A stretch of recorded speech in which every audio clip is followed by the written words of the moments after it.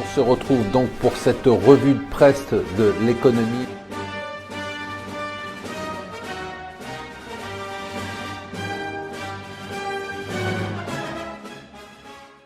Bonjour et bienvenue sur Mon Financier pour la revue de presse de l'Écho. Nous sommes le lundi 9 novembre. La nouvelle du jour, c'est la fin officielle des BRICS. Ce n'est pas moi qui le dis, c'est Goldman Sachs. Goldman Sachs qui les a créés en 2001. Vous savez, les BRICS, c'était cet acronyme Brésil, Russie, Inde et Chine. Ça y est, c'est fini.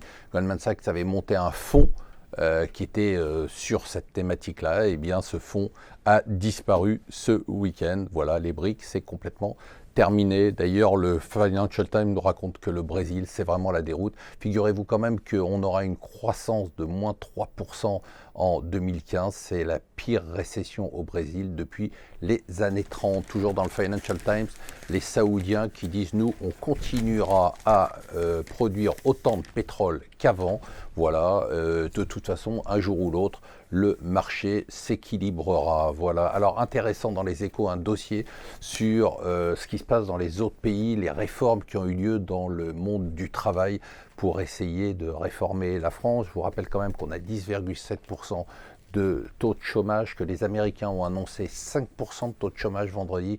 Alors je sais ce qu'on va me dire, c'est pas comparable, ce sont des métiers low cost. En attendant, les Américains sont au travail, nous on a 10,7% de chômeurs. Continuez à vous faire pigeonner, n'hésitez pas. Les banques maintenant qui déjà prenaient des frais délirants de tenue de compte, eh bien la BNP vient de lancer la mode qui va être suivie par toutes les autres. Vous allez payer 2,50 € par mois de plus pour des frais de tenue de compte. On ne sait pas très bien ce que ça veut dire. Aujourd'hui, on va nous expliquer comment fonctionne le nouveau prêt à taux zéro. On a les détails avec le relèvement de plafond, le relèvement du montant, et ça a l'air très intéressant pour les primo-accédants. Alors lui, on l'avait plus vu.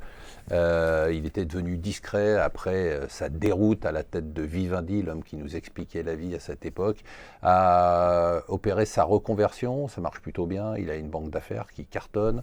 Eh bien, voilà que ça le reprend. Il nous explique dans le Figaro de quoi va être fait le monde de demain. On ne change pas une équipe qui perd. Et enfin, la Grèce, vous vous rappelez ce pays, la Grèce, là, qui a failli faire sauter l'Europe 2 fois, eh bien, ça y est, c'est reparti. Alors, ne vous inquiétez pas, on est en train de faire semblant en Europe d'hésiter à leur donner 2 milliards sous prétexte qu'ils n'ont pas fait les réformes qu'ils avaient promis.